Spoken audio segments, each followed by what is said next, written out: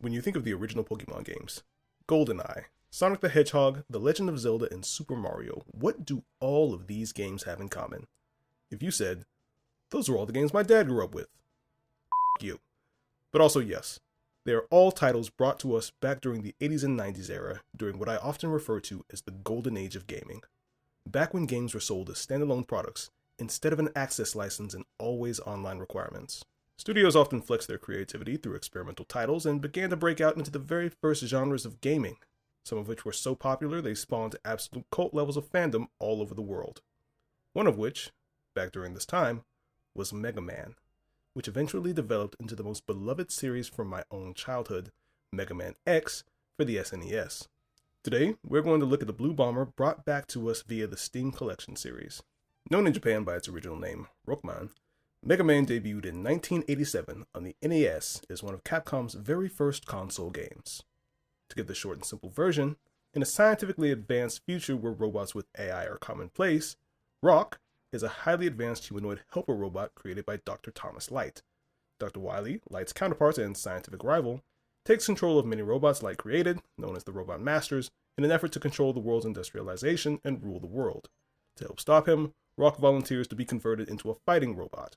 This game saw enough success to warrant a release within the USA, but this is where the story gets a little squirrely. You see, Mega Man was not initially well received on account of the American marketing choices. To show you what I mean, this is the Japanese box art for the original release of Rockman in Japan.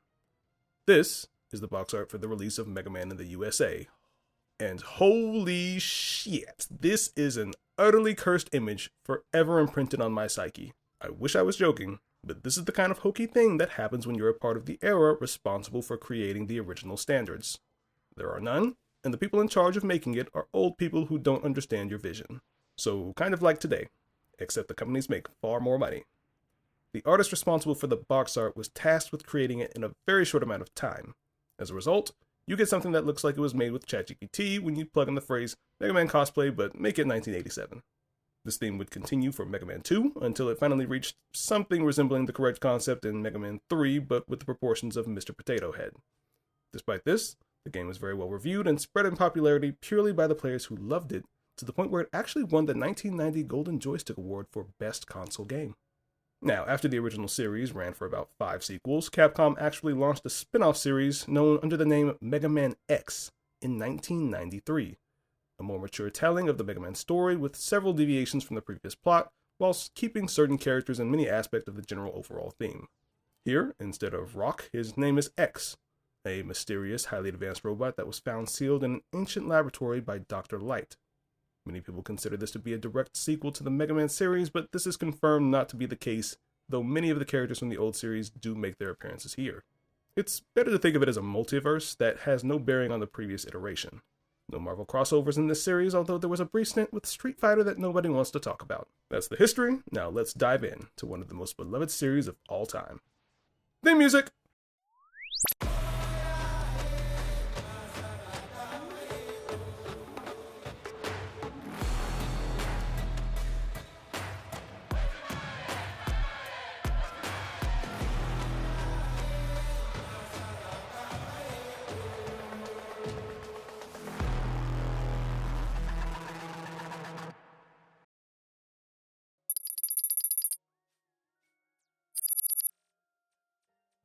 The 90s. It was a strange time for video games back then, with the companies trying their best to figure out what to do with this strange foreign object with apparently widespread appeal for reasons they can't fathom. Action figures, live-action movies, hell, even an anime or two came out during this upheaval. But one of the cool promotional materials that came with the game was the official art book, which gives us both the concept art and story background of each of the characters within the game, but also the Day of Sigma special OVA. Now, the story isn't officially canon, but it's a good starting point to understand how we got to the beginning of the story. We start out in Able City, where X is responding to an emergency call as a part of the Maverick Hunters, a group of bounty hunters dedicated to wiping out rogue Reploids and unintelligent robots called Mechanaloids that, due to a strange unknown virus that spreads into their programming, have turned against society. He drops them from the sky without a parachute because even 30 years ago, aura farming came first and practicality was an afterthought. He fires a blast straight down at the robot, which is definitely not a ripoff of the Tachikoma series from Ghost in the Shell, but it does nothing because logically the farther laser beams travel, the less damage they do. Like I said, practicality, not a factor. His comrade is captured, but X hesitates too long before Sigma, and yes, that is his real name despite popular culture discovering the word and redefining it over 20 years later, is able to make the save. Later, Sigma has a conversation with his creator, Dr. Kane, the one responsible for discovering X, and used him as the blueprint to create the other Reploids.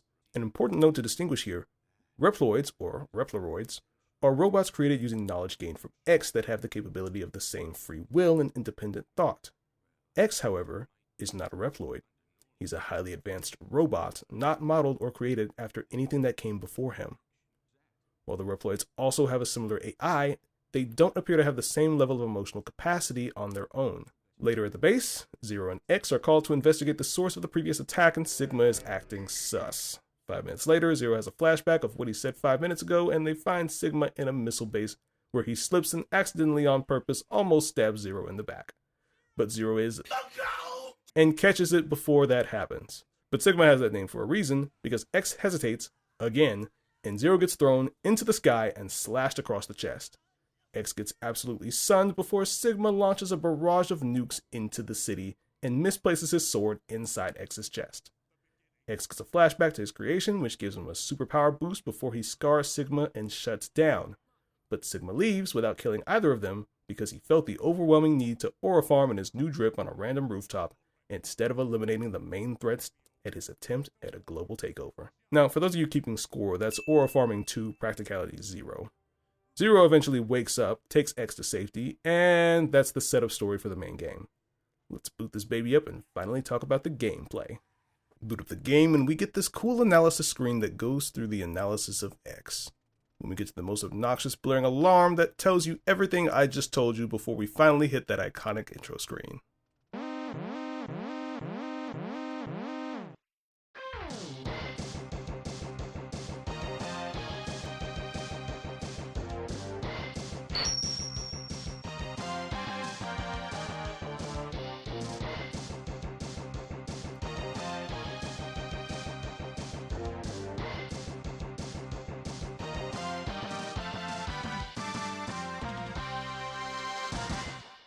No difficulty modes here, either play the game or give it back to Blockbuster.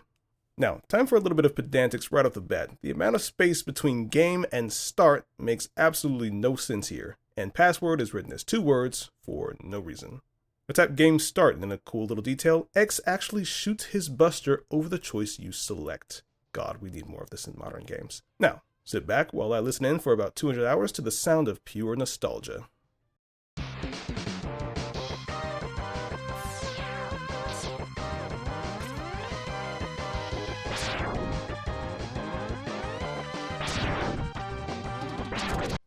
Oh yeah, that's about 200 cc's of pure oxytocin injected into my ears. We get dropped off on a random bridge and it's time to fight. No tutorials, this is the 90s and this is your controller, so either read your one printed instruction manual or figure it out like everybody else. You have a buster, essentially a cannon attached to your arm that you can either shoot or charge up by holding the attack button, and you also have a jump. Your health is represented by a stack of bars that look like gold coins on the left, and the more I look at it, the more it pisses me off, because for some reason, the pixels on the 9th and 10th coins have darker colored pixels on the rightmost side that makes it appear like they do not line up with the rest. The size of the bars are completely uneven, with the bottommost bar appearing larger than several of those in the middle and with multiple size fluctuations within. The dark space meant to separate each individual bar is either thicker or thinner randomly throughout the stack. The white marks in the middle are also random and uneven, and even though I would love to give them the benefit of the doubt and say it was on purpose to make it look like it was gleaming, I really don't believe that. Some of the rightmost pixels on the coins either aren't colored in at all, or are in the entirely wrong shade of gold. And if you think I'm being pedantic here, here's a bit more. The top right corner of the health bar is 1 pixel to the right and 1 pixel down too long compared to the left side. This is repeated with the gray border inside. The bottom is also f***ed up because it has 3 steps forming the right corner instead of the 2 steps on the left. And the thing I dislike the most is that the black border for the X emblem at the bottom isn't complete. There's a bunch of random open spots all around it to remind you that this is a port, not a remaster. Go to the right. Backtracking will never be required to progress any of the levels. Kill this mini-boss and as a cool environmental interaction, the bridge beneath our feet collapses under the weight of his destroyed body and falls to the bottom. I love this. Also, this is the first game where I remember the famous wall slide and wall kicker introduced. So, lean into a wall and press the jump button to scale the sides of any wall by kicking off of it. Enemies drop two types of item you can pick up. The first is a yellow blinking oval that heals you. The second is ammo in the form of a blue sphere. Ammo will be used when we get to one of the many different special weapons later. Both of these come in large and miniature versions and drop at random. At the end of the area, we encounter the very first boss, Vile, a Reploid Maverick Hunter wearing a suit of power armor. Now, you can fight if you want, but this fight is actually unwinnable. The height of his mech is such that, no matter what, you can't jump over and he'll simply tackle you to death. Eventually, we get captured and he picks us up while mocking that we could never beat him. Then, the same sound as the one we get when we charge our buster can be heard from somewhere off screen. A blast comes out of nowhere and suddenly blasts the arm off of the power suit that had us captured. Oh my god, that is so cool.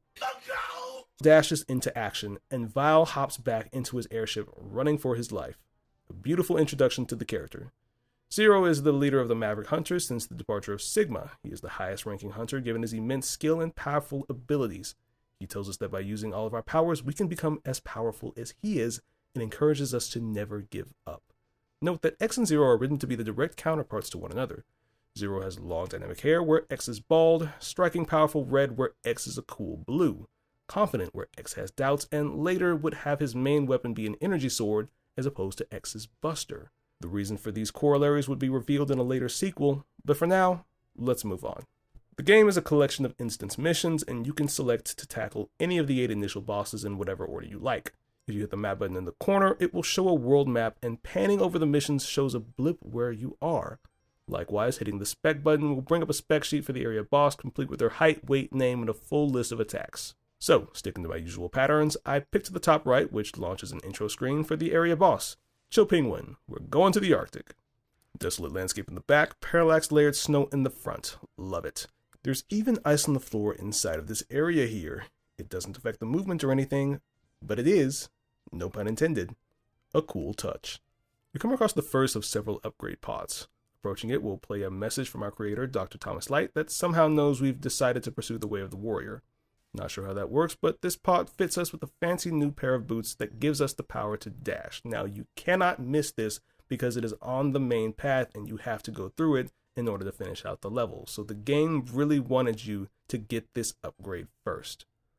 Also, this is a part where I discovered that they put a control manual into the Steam Legacy Collection, so I take a look at that and start changing my buttons around to make it more comfortable. We find a suit of power armor like the one Vile used, but here's a trick.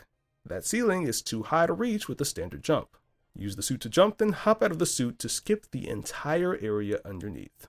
Boss time. He does a lot of ice-themed attacks. One of them is creating ice sculptures and pulling down on the hook in the middle of the room, causing a blizzard effect, which pushes you back and pushes the sculptures forward. He even slides along his belly like a penguin. Aww. Such an awesome way to stick to the theme, but there's nothing special to note here. Shoot him until his health reaches 0 and watch him explode. Then you get the mission end screen, showing you a quick demo of your new weapon. Defeating bosses allows you to acquire their abilities, giving you more combat options and making you more powerful. This is X's unlimited potential, spoken of by both his comrades and his creator. We also get this absolute relic, the progress passcode screen. So you see, back in the days, before you had a reliable save points on systems that could store their own data, before you had memory cards that could keep a record of your game, Megaman had the passcode system. Meaning, you would write down, not take a picture, because nobody had cell phones, and the ones that did exist didn't have cameras, write it down. And put in the password options on the home screen to load a game with all of your unlocks. Absolutely brilliant.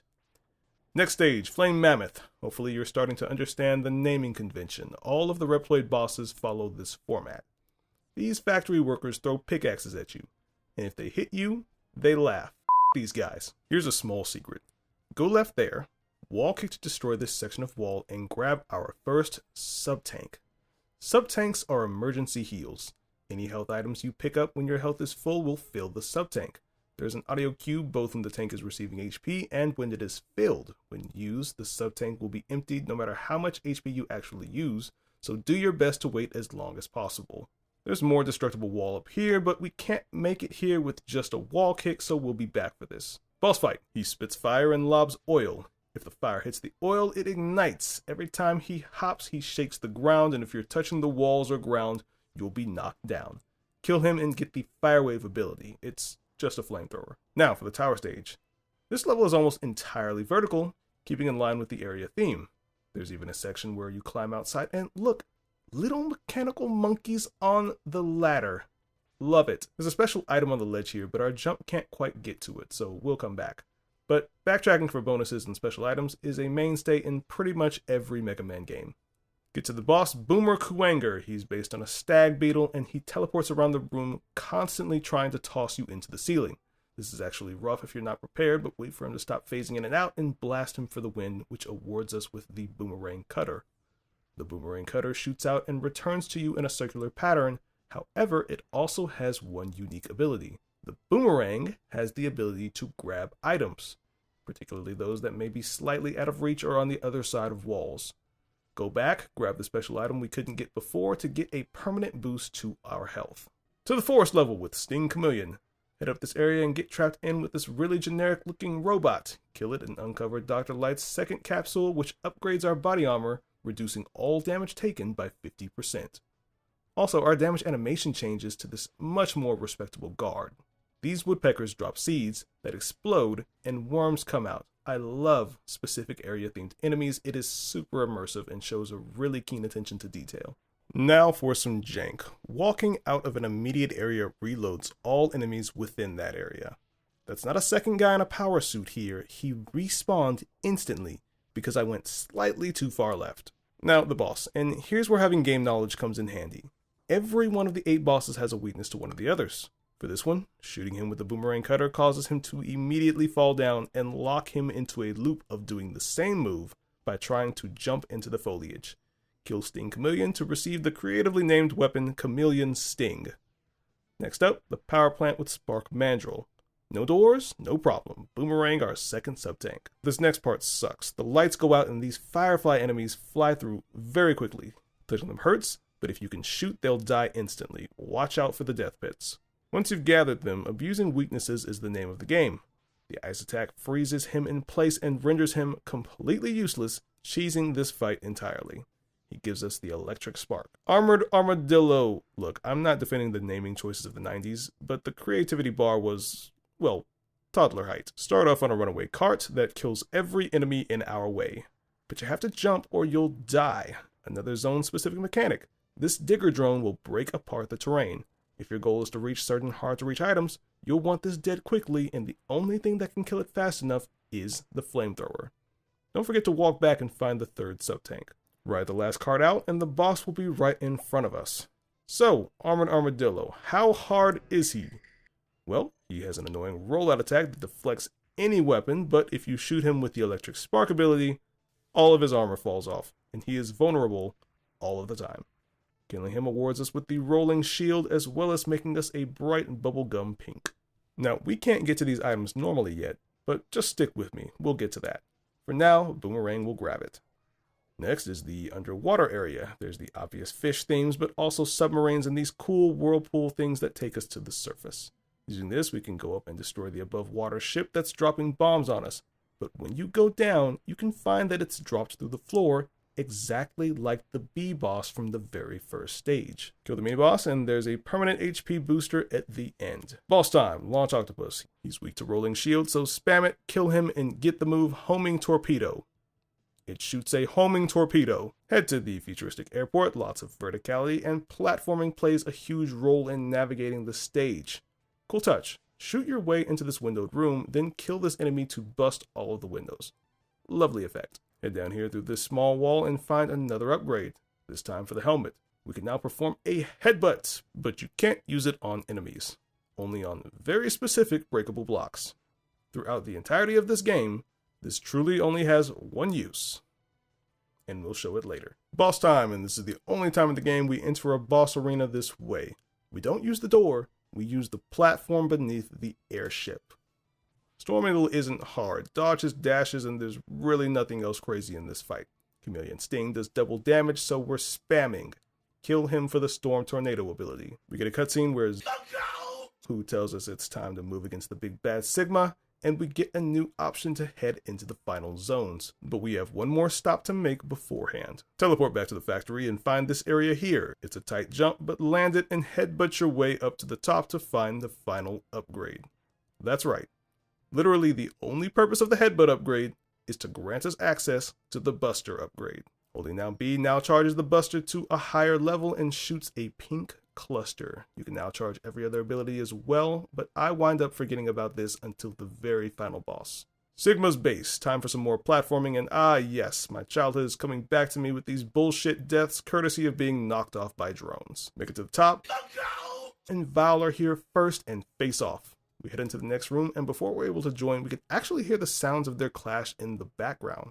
The music even stops in order to allow for a better listen.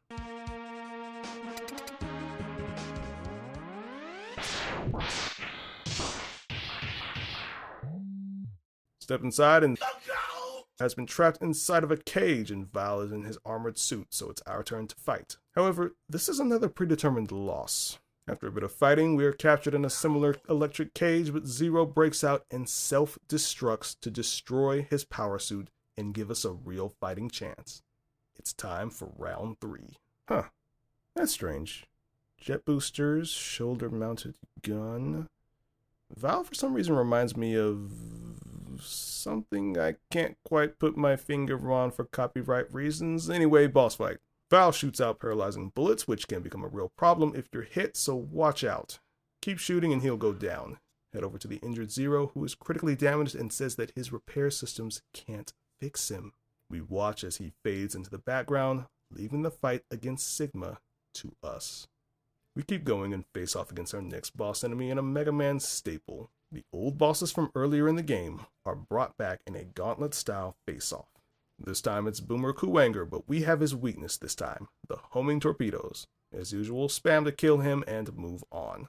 The last boss of the stage, this absolutely awful spider thing, randomly spawns these green poles and will attempt to dash near your location. The path they take is somewhat randomized, and the lower its health gets, the faster it moves. The only window of opportunity for it to take damage is at the very bottom, so be careful and be patient. I wind up using every sub-tank I have here to kill it, and that's it.